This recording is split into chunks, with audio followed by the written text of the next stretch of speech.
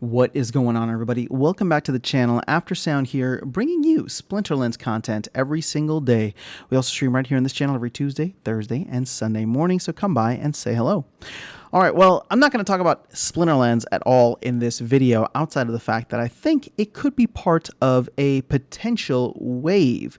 Now, I want to be very clear before I get into anything here. I'm not trying to make any predictions.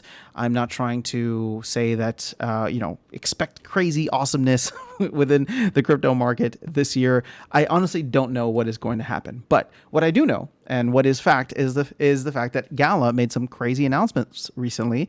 And as you can see here, is up like 130%, almost 150% over the past 2 weeks, based on the fact that I think there was a movie with The Rock and they acquired some mobile gaming company. And so we just saw this pump, and you saw a lot of other gaming coins pump as well.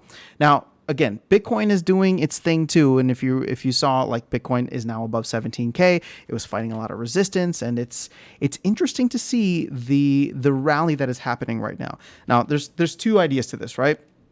This could either be we've seen the bottom and we are now on our way, back up to the next bull run, however long it takes for us to get there, or it could be a very, very tricky, seductive, and deceptive bear market rally that will eventually crash and burn down lower, right? It could be exit liquidity for many folks who are just trying to get something out of their assets right now. So again, we're swinging between, the pendulum swinging between a rock and a hard place. It's hard to tell what exactly is going to happen over the next, couple of months.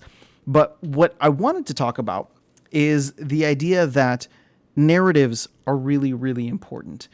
And I personally believe that we, at least in the US, we're not even technically in a recession yet. So I'm expecting the first 6 months of the year to still be rocky. I don't know if it's going to go down, and I don't know if we're going to have another crazy leg down in the market, or if things are going to break in TradFi. I honestly don't know. But what I do know is the fact that the Fed wants to continue raising interest rates, that inflation is still relatively high at 7.1%, I think, in November. So I'll be curious to see what that inflation data looks like for December when we get it in a week or so here. And so, if things can cool off, then maybe there's a chance for a soft landing, which I didn't necessarily believe was possible last year. But either way, I'm expecting a little bit of rockiness over the next, we'll call it 6 to 12 months. All right. Well, we'll just say 2023 at this point, right?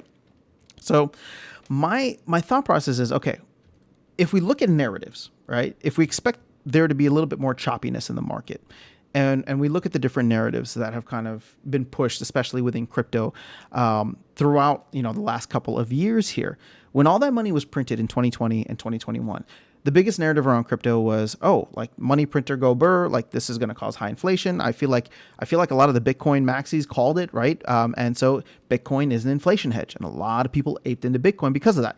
Now, once we see where things are at, it wasn't the best hedge overall, right?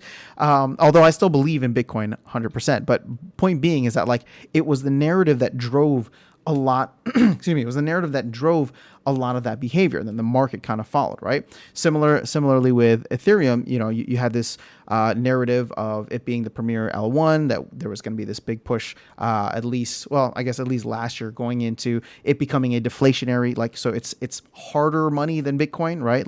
Not just a hard cap supply, but it's actually burning more than is being minted every month. So, there's a lot of people aiming into Ethereum for that. And then you had all these other L1s throughout that had all their different little all their different little kind of quirks that made them special, right? So Solana, AVAX, they were faster at this, or more transactions per whatever. So all of these different things to try and solve certain problems, right? Whether it's inflation, whether it's money printing, whether it's transaction speed or transactions per second. And then we saw the big wave at the end of 2021, or the second half of 2021, which was kind of like this whole metaverse and play to earn gaming pump, right? So that ended up being huge. Obviously, Splinterlands was caught up in all of that, and it was a good time to be in the game if you were. Definitely better if you were in the game before that and got to ride that wave up. But that wave is fascinating to me because unlike all the other waves that have come and gone in in crypto, right? And there's been a bunch, right? And now I think there's even like an AI wave, but we had like DeFi Summer back in 2020, right? So like there's all these different kind of subsets, and then there was the NFT waves, right? So there's all these different subsets. And one thing that fascinates me the most about gaming, and I'm not talking about crypto gaming, but just gaming in general, there is a narrative around gaming that gaming is recession proof, right? And again, I want to be clear. I'm not talking about crypto gaming because crypto gaming kind of exists in its whole thing, but we're gonna loop that in a second.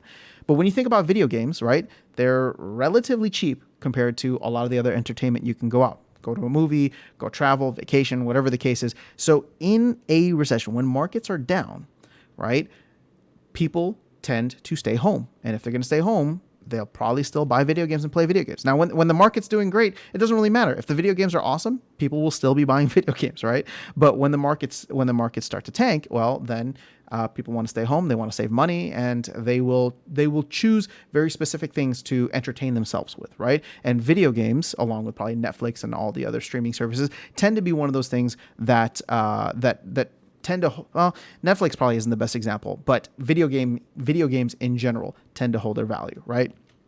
Or at least have some kind of value even in the depths of a bear market or a recession.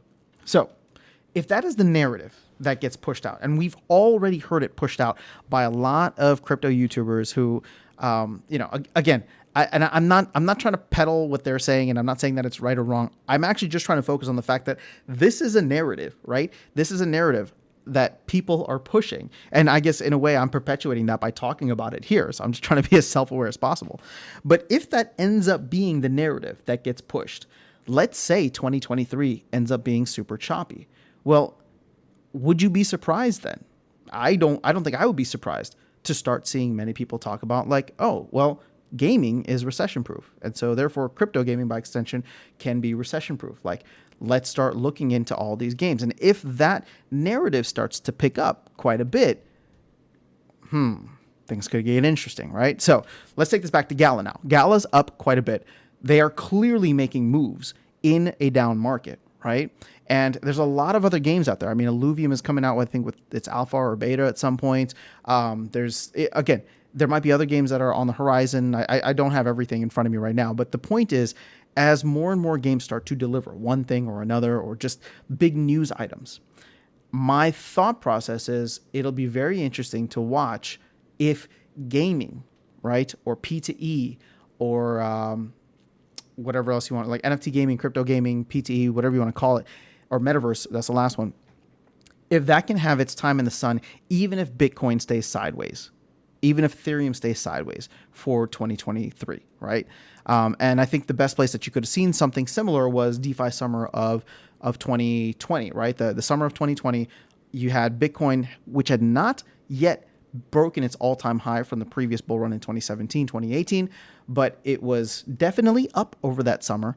And then you had all these DeFi projects that were like, oh, here was like, I think it was like Uniswap, Wire and Finance, like all these different projects that were popping up at that time. And then not just popping up, but popping off during that time.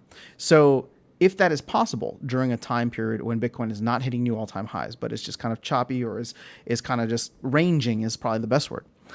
I'm wondering if the next narrative for a ranging time, because 2022 felt very down. 2022 felt very, the world is imploding, right? The crypto world is imploding with bankruptcies across all the different CeFi lenders.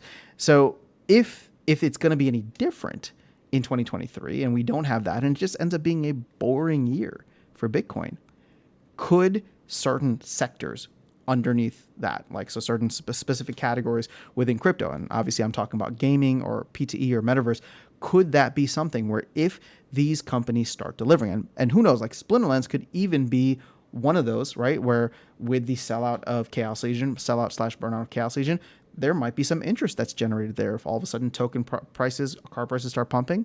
But again, taking this back to Gala, right, if Gala sets that example, or Axie, or any of these other major projects, my thought process is it could make 2023 actually somewhat interesting. Now, I'm not saying that things are going to pump, so pack your bags and ape into whatever. That's not what I'm saying at all. I'm just trying to recognize the fact that narratives are very, very powerful.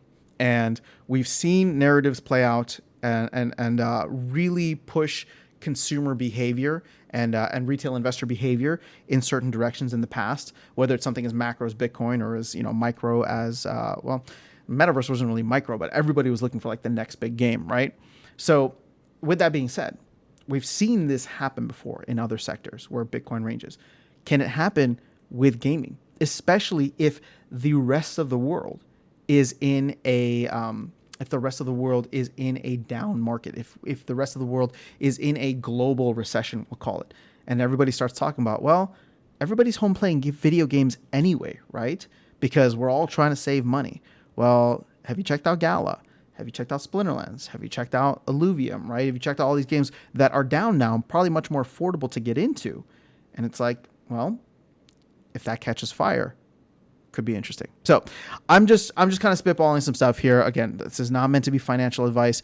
It's just an interesting thought that came around when looking into the Gala news and what we could potentially expect for 2023. Because I have no idea. It's a blank slate right now.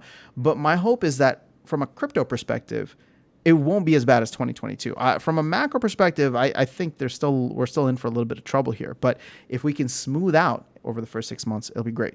So let me know your thoughts in the comments below. How are you feeling about this Gala pump in the context of its relationship to gaming overall, metaverse, or even specifically Splinterlands? If you were a Gala token holder, congratulations. If you bought in at like 2 cents or whatever it was.